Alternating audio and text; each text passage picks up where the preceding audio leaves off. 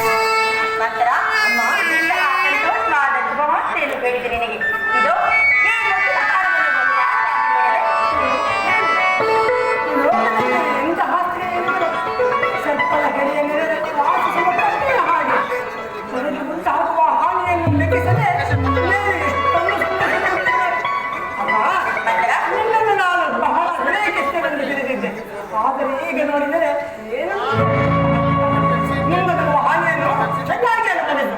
ಇದೇನು ಮಂತ್ರ? ರಾಮಚಂದ್ರನಿಗೆ ಪಟ್ಟಾಭಿಷೇಕವಾದರೆ ನನಗೆ ಮುಂದೆ ಹಾನಿಗೆ, ಅದೇ ವಿವರವಾಗಿ ಹೇಳಬಾರದೆ? ಮಗನಾದ ಪಟ್ಟಾಭಿಷೇಕವಾಗುವ ವಿಚಾರಕ್ಕೆ ಇಷ್ಟೊಂದು ಸಂತೋಷ ಪಡುತ್ತಿರಲಿಲ್ಲ. ನಿನ್ನ 12 ಹುಡುಗಿಗೆ ನಾನೇನೆಂದು ಹೇಳಲಿ? ಮಂತ್ರ, ನನಗೆ ರಾಮನು ಬೇರೆಯಲ್ಲ, ಭರತನು ಬೇರೆಯಲ್ಲ, ಉದರಗಳು ಬೇರೆಯಾದರೂ ತಂದೆಯು ಒಬ್ಬನೇ ಅಲ್ಲವೇನೆ. ರಾಮಚಂದ್ರನು ಹೆತ್ತ ತಾಯಿ ಕೌಸಲ್ಯಗಿಂತಲೂ ಅಧಿಕವಾದ ಪ್ರೇಮ ಸೌದಿ ಮಾತ್ರ ಹೇಗೆ ಬರುತ್ತದೆ? ಅದಕ್ಕೆ ನಿನಗೆ ಹುಚ್ಚನನ್ನು ಕರೆಯುವುದು ಬೆಳ್ಳಗಿರುವುದಲ್ಲ. ಹಾಗೆಂದು ನನ್ನ ಮರಣ ತನಿಖೆ ನಾನೇನನ್ನು ಹೇಳಿ ನನ್ನ ಮಗನೇನಾದರೂ ರಾಜಮಾನ ಮಾಡಬೇಕಿದೆ. ನಾನು ಸಾಯುವುದು ಅದರಲ್ಲಿ ಶಾಸನ ಮಹಾರಾಜರು ನಿನಗೆ ತಿಳಿಸಿರಲಿಲ್ಲವೇ? ಮಂತ್ರ, ಯಾವ ವಿಷಾದವನ್ನು ಮಹಾರಾಜರು ನನ್ನ ಬಳಿ ಪ್ರಸ್ತಾಪ ಮಾಡಲೇ ಇಲ್ಲ. ಅದು ಅಲ್ಲದೆ ಭರತ ಶತ್ರುಘ್ನರು ಪಟ್ಟಣದ ಈ ಪಟ್ಟಾಭಿಷೇಕದ ಸಮಾಚಾರವಾದರೆ ಏಕೆ ಬಂದು ಯೋಚಿಸಿ ನೋಡು. ಹೌದು ಮಂತ್ರ,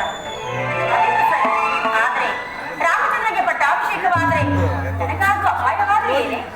ಅಪಾಯವೇನೆಂದು ಕೇಳಿಬೇಕಾ? ರಾಮನಿಗೇನಾದರೂ ಪಟ್ಟಾಭಿಷೇಕವಾದರೆ ಭರತನು ರಾಮನಿಗೆ ಸೇರುವನಾಗಬೇಕು. ನೀನು ಕೌಶಲ್ಯಗೆ ದಾಸಿಯಾಗಿರಬೇಕು. ದಾಸಿಯಾಗ ಬದಲು ಮರದ ಮೇಲೆ ದಾಸಾಗಿರಬೇಕಮ್ಮ. ಇಲ್ಲ ಮಂತ್ರ, ಇದೆಂದಿಗೂ ಸಾಧ್ಯವಿಲ್ಲ.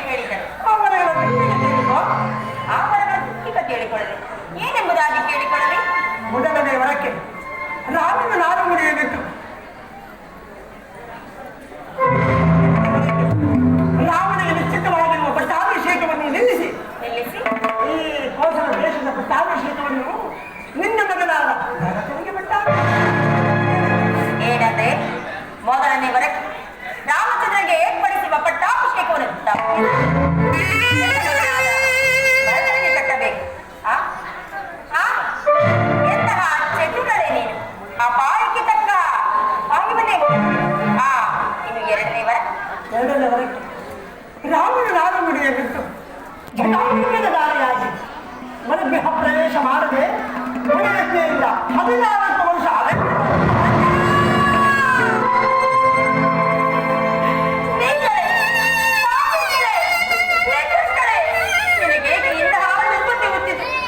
ನನ್ನ ರಾಮಚಂದ್ರನು ನಿನಗೆ ಯಾವ ಅಪರಾಧವನ್ನು ಮಾಡಿದೆ?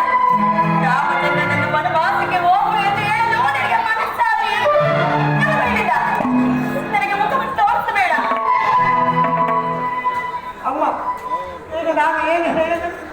ನನ್ನ ಮಾತುಗಳೆಲ್ಲವೂ ನಿನಗೆ ವಿಷವಾಗಿಯೇ ತೋರು.